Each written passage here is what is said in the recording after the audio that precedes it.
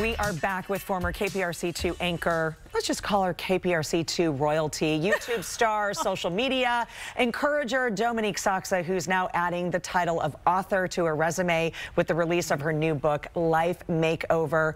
Dominique, thank you so much for coming in today. We really appreciate it. It's, you know what, there is no place I would rather be the day before this book launches than my home at KPRC and to be with y'all. We're honored to have you here. And I know a lot of people have asked you over the years, write a book.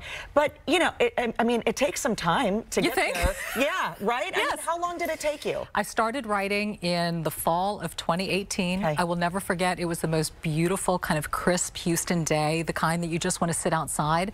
And I brought my laptop with me and I just started clicking away, not sure of the direction I was going, but just feeling that impulse and that desire to start doing something because it had been suggested so many times to me by viewers.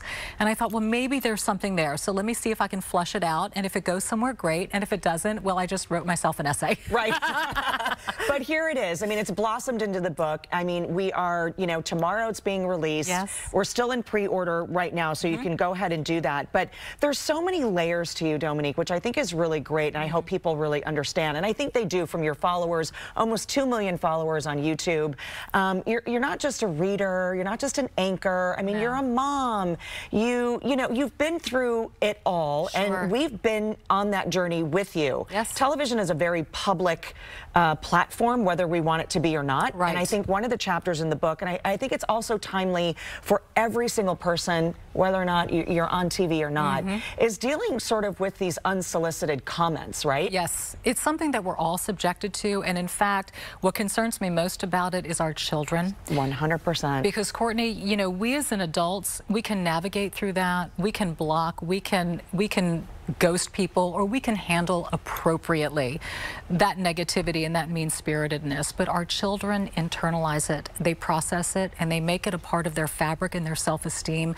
That's scary to me. And I call it keyboard courage. Totally. In my book. And it's what it is. You know, what people say to you in a social media forum, they would never say in your face. They wouldn't, in fact, they'd say something nice to your face and then go back and say something horrible and mean-spirited online. Right. So it's opened up this door, and I talk a lot about it, and I just, you know, a chapter in the book is about overcoming fear through faith and forget about it. I use that expression because there comes a point where you just have to forget about what other people say or think. You cannot let that define who you are as a person. That's something we learned early on in this business, but I think for a lot of people getting into social media, and our kids especially, you know, you have to let it be water off a duck's back. Yeah, and to say that it doesn't affect you, I mean, that's not the truth either. Sure. We read mean comments, and whether that's on Facebook or even in like a mom's group or whatever, you're hearing it and automatically it ruins your day. It shouldn't, but you know what? It makes me sad that somebody has such mean-spiritedness and vitriol inside them, and I try to flip the script on that, and I think it's not me. Yeah. It's them. And I feel badly for them because somebody must have spoken that kind of language and that hatred over them for them to say that to somebody else. Right, they're going through something. They are. Clearly. And much of the book is really about moving forward. Timely, of course, because you're retired. Timely, of course, for what's going on personally. Right. And so it was quite therapeutic for you as well. Yeah, it was cathartic. I mean, and a lot of the book, people have asked me, were you writing the book as you were going through all of that change and transition? And the book really had been put to bed in 2020. But it's interesting that in a way, as I was going through the book and kind of cleaning it up, I thought, wow, little did I know at the time, I was writing this for me too. And that was an interesting discovery because I thought, you know, this was for the reader, for the woman who follows me, but it also became for me too, as I was going through change and transition. And so it took on a whole new meaning, honestly. Yeah. We want to get to some questions, but I also want you to acknowledge that your mom, too, Styles, is in high school. Almost done, girl. Almost done. He's finishing out his junior year. We're going through ACT and SAT stuff. I mean, it's madness. Wow. And senior year and kind of focusing on, you know, what schools he wants to go to, and he's really interested in sports management and business and all of that. So we'll see where it takes him, but I'm so proud as a mother.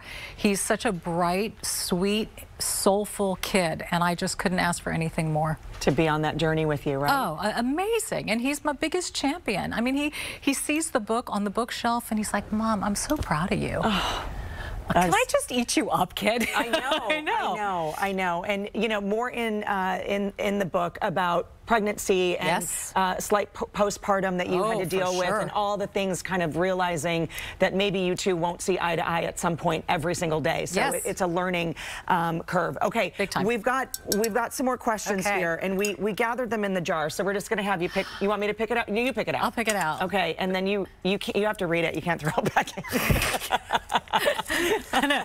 These are all coming from our Facebook Oh my page. God, is this like 20 font? Thank you. Yes. I can read. Okay, I think.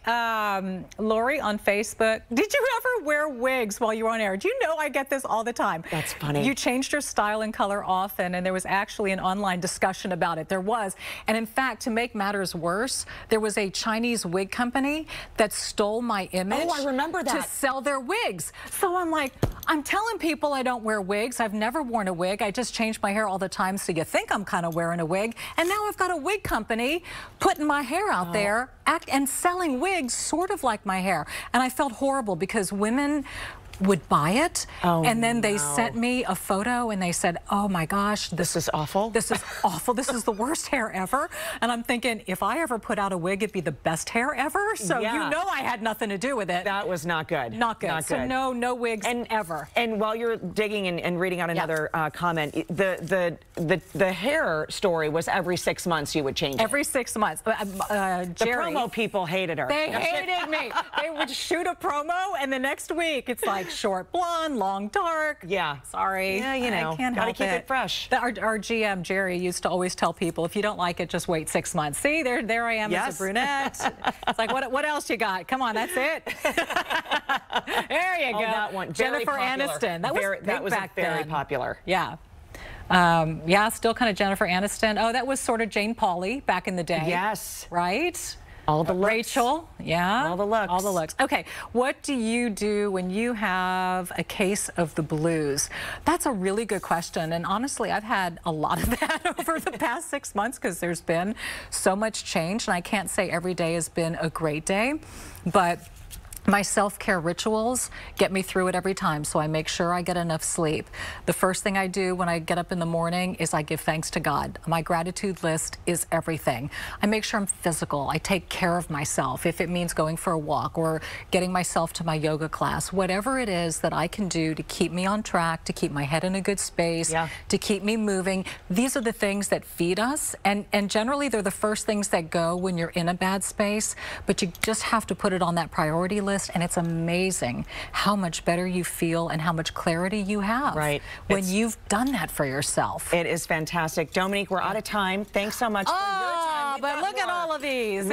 We'll be right back, guys. Don't forget, Life Makeover, Embrace the Bold, Beautiful, and Blessed You is available now for pre-order at your favorite online book retailers. We'll be right back.